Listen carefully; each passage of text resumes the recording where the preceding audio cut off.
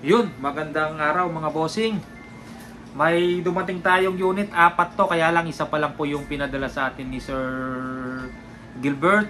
Yung 3 next month na daw po, next month, malapit-lapit na, katapusan po ng August. Yung isa, kinuha ko na po kasi tapos na.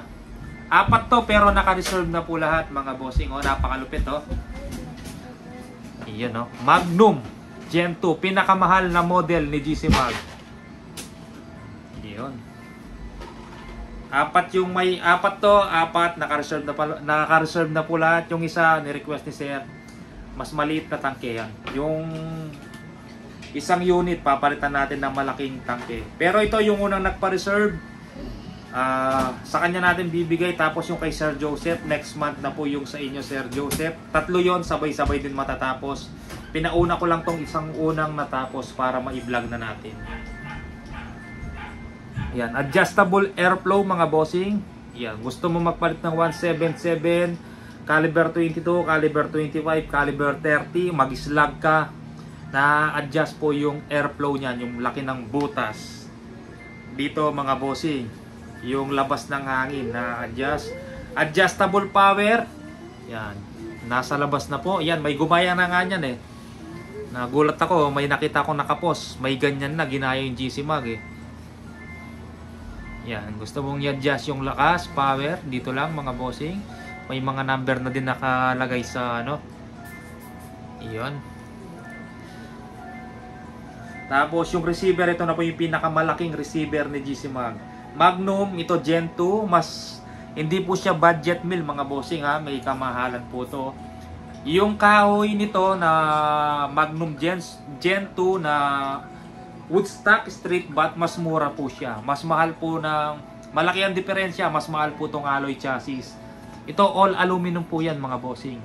Meron siyang railings, lagyan mo ng bipod. Tapos folding po siya. Yan. Magkano kasi diferensya nito? 11,000 nata ang diferensya ng alloy doon sa Woodstock. Kasi buong aluminum yan malaking aluminum na binabawasan lang sa milling ay sa CNC machine. Yan. Tapos rubber na hindi yung nabibili sa Shopee, parang matibay siya. Yan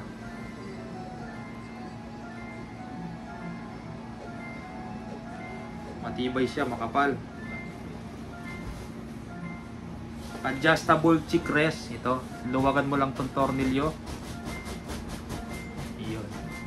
4 yung natapos nito, yung pila natin, pero lahat po hindi na available. Meron na po silang mga down payment. Bago natapos tong unit, hindi na po available. Yan, 4 na unit, lahat po meron ng may-ari. Pati dapat yung isa sa akin po mga bossing. Pag meron ka nito, napakalupit parang imported. Parang gawang US, iba talaga si GC Mag mga bossing. Tapos yung kay Sir Joseph, pangatlong unit na kinuha sa atin. Next month na po yung sa inyo Sir. Bigay ko na to sa unang nagpa-reserve. Yung sa inyo next month na po yung pangatlong unit. Kinuha sa atin ni Sir Joseph isang MD Tactical, isang Mobile. Tapos yung ganito, bayad na siya. Binayaran na po ni Sir Joseph yung isang unit. Nasa ibang bansa po siya. Nasa ibang bansa po si Sir Joseph. Yan. Ito pang personal. Di naman siya kabigatan, sakto lang. Bibigat lang ng konting-konti sa mobile. Yan magaan naman siya, hindi naman ganun kabigatan. Di ka naman mangangalay sa hunting. Kaya lang, siyempre bibigat pa siya pag nilagyan mo ng barrel tsaka scope. Pero kayang-kaya, hindi naman sobrang bigat mga bossing. Ganda pang personal na unit pag meron ka ng ganito, sulit na. Ang tank niya po ay 58 liters. Ayan, 58. Ganda. Wala akong masabi mga bossing.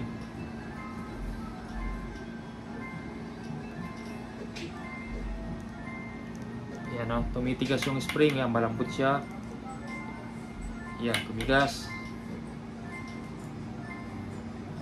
Lupit Mayroon na siyang railings para sa bipod. Tatlo yung model ni Magnum Gen 2. Meron siyang woodstock, meron siyang pang BR na woodstock, meron din siya na sporter, meron din siyang all alloy din siya na pang BR pero hindi siya folding. Straight butt siya pero all alloy.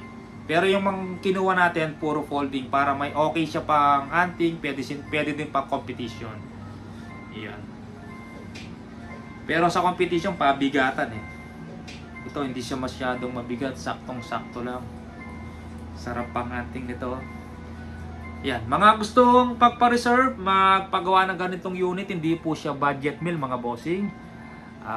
Medyo may presyo siya pero sulit po sa ganda ng unit at sa quality. Wala akong masabi sa gawa ni Sir Gilbert. 20,000 down payment. Ang release po ng ganitong model po December. Tapos ang Mobile po, meron po dalawang nag-down sa atin, 15,000 down payment sa Mobile. Ang release po ng Mobile November po, November. Tapos ang V2, wala nang slot ngayong September na darating na September. Second batch na kayo ng February ang V2. Pinakamura na model yung V2 na straight butt. Pinakamahal, ito po ganitong model. Yun po, napakalupit mga bossing oh. Regulator, liit lang, inline yan, adjustable. Yung ibang regulator hanggang dito, pang tingnan yung barrel, mag-a-adjust siya hanggang dito. Ay yung tangke. Ganito talaga.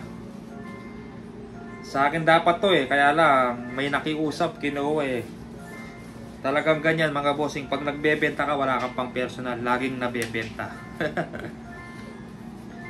Sige po mga bossing, maraming salamat po. Napakalupit, napakaangas, wala akong masabi. Kundi, sobrang ganda po talaga nito model na to. Yan, sulit na sulit po. Yan, pang personal, pwede na po sa akin to. O kahit yung Mobile lang, pero ito mas malupit talaga. Kakaiba. Ganda oh.